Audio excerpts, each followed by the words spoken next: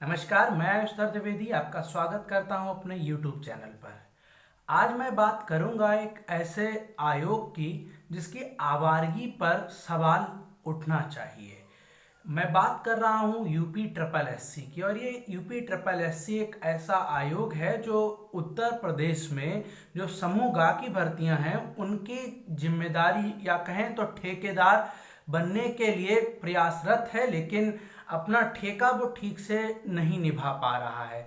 तो इसकी कुछ ज़रूरी चीज़ें हैं, कैसे ये काम कर रहा है, क्या चीज़ें हैं, क्यों ये इतना कमज़ोर है, उसके बारे में मैं बात करूंगा यहाँ पर। और उसके साथ ही साथ मेरी कोशिश होगी कि कुछ महत्वपूर्ण बातों को आप तक पहुँचा सकूं, क्योंकि रोजगार के नाम पर जिस तरह से खेल युवाओं के साथ हो रहा है वो किसी से छुपा हुआ नहीं है, और ये खेल कब तक चलता रहेगा इसकी कोई सीमा नहीं है।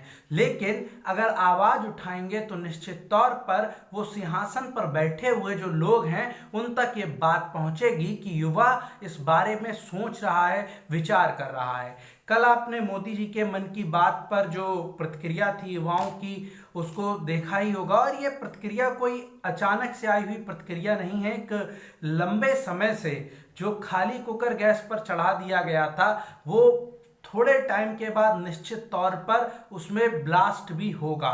कब तक आप किसी को धोखे में रख सकते हैं, झांसे में रख सकते हैं, एक सीमा है उस झांसे की, और वो सीमा लगभग लगभग पूरी हो चुकी है। मैं बात कर रहा हूं उत्तर प्रदेश अधीनस्थ सेवा चयन आयोग यूपी ट्रिपल एससी की। सबसे पहले बात करते हैं कि आखिर ये आयोग बनता कैसे है, आयोग है क्या। तो अगर आप इसको जानना चाहते हैं तो आपको आयोग के अबाउट अस में जाना होगा। उन्होंने अपना पूरा वेबसाइट बना रखी है, उसमें एक अबाउट अस का कॉलम दे रखा, और उसमें बताया है कि इनका जो गठन हुआ है वो the UP triple SC act 2014 के तहत हुआ है। और उसके तहत ये क्यों गठित किया गया, अखिलेश यादव की सरकार में गठित किया गया, तो उसमें उद्देश्य और कारण में लिखा है कि गुणवत्ता, निष्पक्षता और पारदर्शिता लाने के उद्देश्य से उत्तर प्रदेश अधीनस्थ सेवा चयन आयोग यूपी ट्रिपल एससी का गठन किया जाएगा या किया जा रहा है।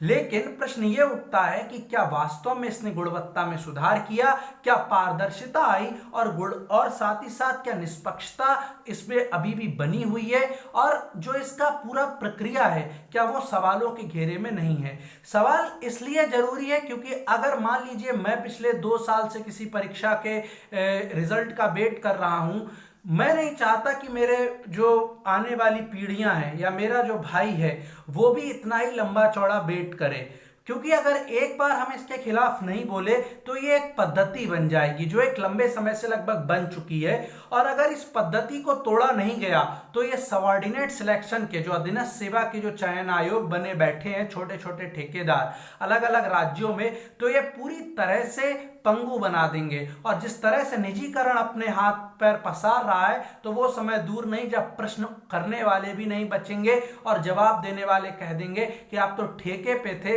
हमने ठेकेदार से कांटेक्ट किया था, आपसे कांटेक्ट नहीं किया था, आपके प्रति हम जवाब दे नहीं है, हम तो ठेकेदार के खिलाफ एफआईआर लिख देंगे अगर ठेकेदार काम नहीं करवा पाएगा आपसे, और वो फिर आपके खिलाफ कर देगा एफआईआर क्योंकि आप काम उसके नहीं कर रहे होंगे, क्योंकि आप तो बंधुआ मजदूर बने हुए होंगे। तो ये जो एक्ट है उससे पहले जरूरी है कि क्या इसमें सरकार की गलती है या नहीं है। तो मैं आपको एक संकल्प पत्र की तरफ आपका ध्यान आकर्षित करूंगा। ये लोक कल्याण संकल्प पत्र 2017 के नाम से जाना जाता है, जब उत्तर प्रदेश में भाजपा चुनाव लड़ रही थी और उस चुनाव के दौरान उसने कुछ वादे किए थे। इन वादों की जो लिस्ट थी वो मैनिफेस्टो कहलाता है, घोषणा पत्र कहलाता है, और उस घोषणा पत्र में जो तीसरे नंबर का बिंदु था वो रोजगार था, और उसमें रोजगार की बात कही गई थी कि उत्तर प्रदेश में अगर भाजपा की सरकार बनेगी तो रोजगार का सृजन होगा, रोजगार आएंगे। इसमें दलील दी गई थी कि जो पिछली सरकार है उसमें यूपी पीएससी जो है उत्तर प्रदेश जो लोक सेवा आयोग, उसके चेयरमैन के खिलाफ जो है वो हाई कोर्ट ने आदेश दिया कि उनको हटाया जाए। साथ ही साथ घोटाले लगातार हो रहे हैं, तो अगर आप भाजपा की सरकार बनाएंगे, आप अगर परिवर्तन लाएंगे और कमल खिलाएंगे तो आपको कुछ परिवर्तन देखने को मिलेगा। लेकिन परिवर्तन भी लाए और कमल भी खिलाया, लेकिन उस कमल के खिलने के बाद से रोजगार बिल्कुल पूरी तरह से मुरझाया। कैसे मुरझाया? उन्होंने वादा तो किया था कि वो 5 साल में 70 लाख रोजगार देंगे, लेकिन मुझे अफसोस होता है कि रोजगार के नाम पर गड्ढे खोदना मतलब मनरेगा, रोजगार के नाम पर पकौड़े तलना, रोजगार के नाम पर अगर खिलौने बनाना, यही सब चीजों को एक तरह से रोजगार समझा जा रहा है। पढ़ाई लिखाई से संबंधित रोजगार को किसी भी स्तर पर रोजगार में नहीं रख रहे हैं। दूसरा, इन्होंने कहा था कि 90 दिन में, ये मैनिफेस्टो की बात है, कहीं और की बात नहीं है, भाषण को हम मान सकते हैं, चलिए भाषण आपकी जुमलेबाजी हो सकता है। मैनिफेस्टो है, 15.4 MB का है, आप भी डाउनलोड कर लें, जब वोट मांगने आए तो उसकी PDF निकलवा लें, 32 पेज का है, एक एक चीज के ऊपर सवाल इनसे करते रहें। 90 दिन में सरकारी रिक्त पदों को ये भरने की इन्होंने बात कही थी कि उन पे भर्ती प्रक्रिया शुरू होगी। भर्ती प्रक्रिया शुरू होना और उसका अंत होना, ये दो अलग अलग बिंदु हैं। ना तो 90 दिन में कोई विशेष भर्ती प्रक्रिया शुरू हुई और ना ही आज तक उनका कोई अंत हो पाया है। कौशल विकास स्टार्टअप की बात की थी, साथ ही साथ इन्होंने लैपटॉप की बात कही थी कि जो भी आदमी विश्वविद्यालय में प्रवेश लेगा उसको ये लैपटॉप देंगे। दूसरा, इन्होंने स्वामी विवेकानंद का नाम यूज करते हुए स्वामी विवेकानंद युवा इंटरनेट योजना की बात की थी, ये 1 GB इंटरनेट देंगे हर युवा के लिए। अब प्रश्न ये उठता है कि आखिर कब तक महापुरुषों का नाम आप ऐसे ही यूज करते रहेंगे, अपनी बपौती बना लेंगे और मैनिफेस्टो बना करके काम इस पर करेंगे। ये तो हालांकि बात हो गई उस मैनिफेस्टो की जिस मैनिफेस्टो के तहत ये आए थे। क्या वास्तव में, चलिए एक बार को मैनिफेस्टो को हम कानून नहीं मानते हैं, लेकिन क्या कानून भी है ऐसा कुछ जो इनकी जिम्मेदारी तय करता है? तो उत्तर आता है बिल्कुल निश्चित तौर पर। जो UPSSC एक्ट है, उस एक्ट की भी PDF आपको मिल जाएगी, UPSSC 2014 एक्ट, उसको आप डाउनलोड कर लें। उसमें एक महत्वपूर्ण बिंदु यह है कि एक अधीनस्थ आयोग है जो कि राज्यपाल के अनुच्छेद 200 के तहत जो शक्तियां उसके तहत ये गठित किया गया है। इस आयोग का काम समूह की भर्तियों को भरना है। इसका अध्यक्ष कौन होगा, उसके सदस्य कौन होंगे, ये सरकार तय करेगी। नोट करिए, सरकार तय करेगी और सरकार ये एक तरह से इसके ऊपर पूरा अपना नियंत्रण रखेगी, जिससे कि पारदर्शिता, गुणवत्ता और निष्पक्षता के साथ भर्ती प्रक्रिया पूरी हो पाए। जो भी डिपार्टमेंट है जिसको लगता है कि उसको अपने यहाँ कुछ पद लेने हैं, कुछ पदों पे भर्ती निकालनी है, वो आए, इनको अपना अध्याचन दे और अध्याचन ये उसके हिसाब से पेपर सेट करवाएंगे, उसके हिसाब से भर्ती प्रक्रिया चालू करवाएंगे और उसके हिसाब से लोगों का रिजल्ट तैयार करके दे देंगे। संबंधित जो भी निदेशक है, जो भी विभाग है, उसको कि भाई अब इनकी भर्ती कर लो। इस तरह का कुल ये आयोग है। इसमें एक शब्द आता है वार्षिक रिपोर्ट, और ये वार्षिक रिपोर्ट बहुत बड़ा खेल है। इसी वार्षिक रिपोर्ट में सारा का सारा वो कुछ छुपा हुआ है जहां से राज्य सरकार की जिम्मेदारी तय होती है। राज्य सरकार के लिए जो आयोग है वो अपनी एक रिपोर्ट तैयार करेगा और उस रिपोर्ट को राज्य सरकार को सौंपने की बात कही गई है और राज्य सरकार उस रिपोर्ट को सदन में रखेगा। मतलब अगर आपकी भर्ती परीक्षा का रिजल्ट लेट होता है तो उसकी जानकारी सदन में होगी, उसकी जानकारी भाजपा को होगी, उसकी जानकारी सपा को भी होगी और बसपा को भी होगी। मतलब जो विपक्ष है उसके पास भी जानकारी होगी कि 6-6 साल, 4-4 साल, 5-5 साल से भर्ती प्रक्रिया लंबित है और उसके खिलाफ अगर वो आपकी आवाज बनना चाहते तो वो बनते, लेकिन वो आपकी आवाज इसलिए नहीं बनना चाहते क्योंकि उनको भी पता है कि अगर वो इसकी आवाज आपके लिए बनेंगे तो कल को जब उनकी सरकार आएगी तो आप उनसे भी इसी तरह के सवाल पूछेंगे, उनसे आप प्रश्न करेंगे। इसलिए वो आपकी आवाज बनना नहीं चाहते हैं। वो उस वार्षिक रिपोर्ट पर सदन पहुंचती भी है या नहीं इसका कोई रिकॉर्ड नहीं है, उस पर चर्चा होती है या नहीं इसका कोई रिकॉर्ड नहीं है, और उसकी चर्चा बाहर जनता तक आती है या नहीं इसका कोई रिकॉर्ड नहीं है, और उस चर्चा के आधार पर कोई निर्णय लिया भी जाता है सरकार के द्वारा या नहीं इसका कोई भी रिकॉर्ड उपलब्ध नहीं हो पाता।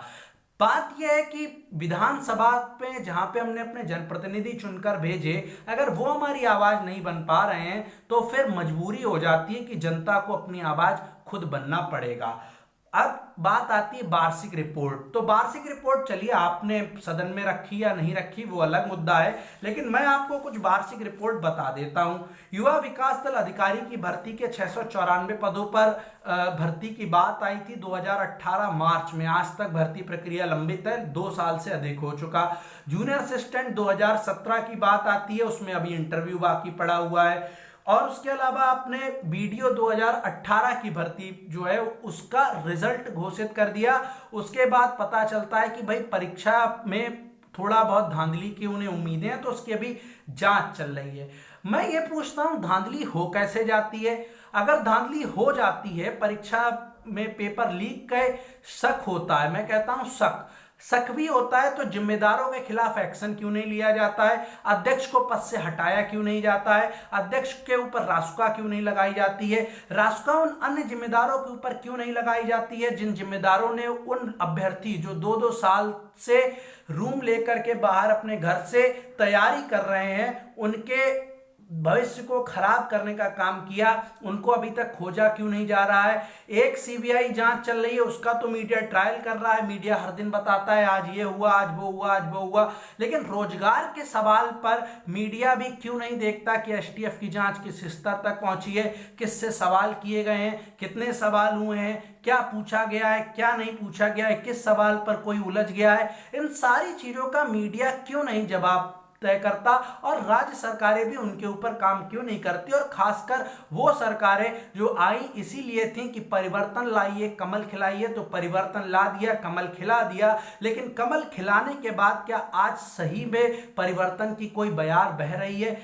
एक लोअर पीसीएस का एग्जाम कराया इन्होंने, उसमें 9 महीने लगे इनको एक प्री का रिजल्ट बनाने में। 9 महीने का टाइम बहुत बड़ी प्रश्न चिन्ह है, जहां एक तरफ यूपीएससी जो है वो 9 महीने में मेंस तक ले लेता है और उसके बाद इंटरव्यू की बारी आ जाती है, वहां पर ये अभी केवल प्री का रिजल्ट तैयार कर पाए। उसके अलावा ऐसे तमाम भर्तियां हैं। एक सहायक लेखाकार की भर्ती है, उस 2016 की भर्ती है, उस भर्ती में 2 बार इंटरव्यू हो चुका। मतलब पहले अखिलेश यादव की सरकार में हुआ, ये आए, इनको लगा कि क्योंकि इन्होंने तो इंटरव्यू हटाया था, लेकिन चूंकि उस समय के कानून के हिसाब से काम करना था, नियम के हिसाब से काम करना था, तो इंटरव्यू इन्होंने लिया कि हम पारदर्शी लेंगे। लड़कों ने इंटरव्यू दिया, बाद में पता चलता है कि अध्याचन वापस, मतलब जो विभाग, जो मैं शुरू में बता रहा था कि विभाग अध्याचन देते हैं, निवेदन करते हैं साहब इन पदों भर दो, उस विभाग ने अपने पद वापस ले लिए कि हमसे गलती से वो पद चले गए थे साहब, वो पद तो थे ही नहीं, वो पद कहीं और तरीके से भरने थे। कोर्ट में उसकी लड़ाई चल रही है, हर भर्ती आपकी कोर्ट में फंसती है, तो नियमावली ऐसी क्यों नहीं बनाते? 6 महीने को भर्ती रोक दीजिए, आराम से अपने, आपके पास महाधिवक्ता है, आपके पास डबल एजी अपर महाधिवक्ता है, आपके पास लंबा चौड़ा अमला है वकीलों का, बैठा लिए एक दिन सारी नियमावली और साथ में बैठिए, खुद भी आप तो जनप्रतिनिधि हैं, और बैठाल के बनाइए कानून, और ऐसे कानून की सभी तरह के लूपहोल भर दिए जाए, लूपहोल छूट भी जाए तो कम से कम भर्ती प्रक्रिया ना फंसे। लेकिन काम आपको करना नहीं है, प्रश्न है प्राथमिकता का। वही चीज यहां पर आकर के हिलकती है। मीडिया आपकी आवाज नहीं बनेगा, मीडिया इस वजह से आवाज नहीं बनेगा क्योंकि आपने आज तक उसको बताया नहीं कि आप यहां से भी व्यथित हैं। पिछले 5 महीने से देश में लॉकडाउन लगा हुआ है, पेपर नहीं हो रहे हैं, पेपर हो भी रहे हैं तो पेपर ही हो रहे हैं, रिजल्ट का कोई पता नहीं है। लेकिन अब समय आ चुका है कि आप अपने रिजल्ट की मांग करें, क्योंकि अगर रिजल्ट की मांग आप करेंगे तो ये रिजल्ट देंगे, आप नहीं मांगेंगे तो ये रिजल्ट नहीं देंगे। और इसी तरह से जब ये आवारगी इस आयोग के सिर पर सवार रहेगी तो आने वाली पीढ़ियां भी हमसे सवाल करेंगी कि भैया तुम जब वहां पर थे तब तुमने क्या किया, तुम्हारा रिजल्ट 3 साल में आता था, अब हमारा 6 साल में आता है। तो बचा लीजिए आज के टाइम पर अपने आप को, अपने आने वाले भाइयों को, अपने आने वाली पीढ़ियों को, ताकि जब वो हमसे सवाल करें कि आप सवाल कर रहे थे या नहीं कर रहे थे, आप डेमोक्रेसी में थे या नहीं थे, आप लोकतंत्र में बने हुए थे या नहीं बने हुए थे, तो जवाब तो दे पाए कि हम तो अपना काम लगातार कर रहे थे। क्योंकि अगर हम अपना काम बंद कर देंगे, हम अपना सवाल करना बंद कर देंगे, हम मतलब जनता, तो हम भारत के लोग जब सवाल करना बंद कर देंगे तब निश्चित तौर पर भारत की संप्रभुता, भारत की अखंडता, भारत की हर एक उस चीज पर प्रश्न चिन्ह उठना धीरे धीरे शुरू हो जाएगा। और फिर वो संप्रभुता और अखंडता केवल दिखावे की संप्रभुता और अखंडता नहीं होनी चाहिए। आप निजीकरण कर रहे हैं, आप धीरे धीरे पूंजीपतियों को पूरी तरह से कल्याणकारी राज्य में घुसेड़ते चले जा रहे हैं। तो वेलफेयर स्टेट तो आप बनाने की सपने को भूल ही जाइए कि उसके तरफ ये कहीं बढ़ेंगे। तो निश्चित तौर पर आज सवाल उठना चाहिए। हम ये मांग नहीं कर रहे हैं कि हमें सरकार बदलनी है, सरकार बदलेगी या नहीं बदलेगी वो तो वोट तय करता है जनता का, लेकिन जब तक तुम सरकार में हो तब तक तो काम करो, तब तक तो हमारे सवालों के प्रति अपने आप को जवाबदेह बनाओ, तब तक तो काम करो कम से कम। क्योंकि हमारे जो मुख्यमंत्री हैं योगी आदित्यनाथ, उन्होंने राम मंदिर के बारे में कहा था कि जहां संकल्प होता है वहां विकल्प नहीं होता है, और हम संकल्पित हैं कि राम मंदिर का निर्माण करेंगे। लेकिन मैं तब ये पूछता हूं कि भाजपा का वह संकल्प पत्र का विकल्प किस तरह से खोज लिया, कैसे उस लोक कल्याण का जो संकल्प पत्र था उसका विकल्प आपके पास उपलब्ध हो गया। और ये सवाल आपको पूछना होगा, लगातार पूछना होगा। अगर आप पूछना बंद कर देंगे तो आपके रिजल्ट नहीं आएंगे, आपकी भर्ती परीक्षा होकर आप घर बैठे रहेंगे, आप फार्म भरते रहेंगे 500-500 रुपए के, और उसके बाद भी आप खाली हाथ घूमेंगे। इसलिए जरूरी है आज सवाल करना, और जायज सवाल करना, और ये युवा क्रांति की दस्तक देने के अलावा और कोई दूसरा तरीका हमारे पास है नहीं। मीडिया हमारी आवाज नहीं उठाएगा क्योंकि वो इस समय व्यस्त है उस चाटुकारिता में जिसके लिए उन्होंने 2014 में, 2017 में, 2019 में काम किया। तो इस पूरी चीज को अच्छे से समझिए कि एक बड़ा ट्रैप है, एक बड़ा जाल है, उसमें आपको फंसाने की कोशिश होती है। जरूरी है आप सवाल करिए, आप बताइए कि आपके पास भी क्षमता है, तो निश्चित तौर पर उस ट्रैप में आपको फंसाने के लिए जो ये जाल बिछाया गया है, थोड़ा थोड़ा जाल कटेगा और हम बाहर निकलेंगे, परिवर्तन आएगा और निश्चित तौर पर भविष्य हमारा सुरक्षित हो पाएगा। धन्यवाद।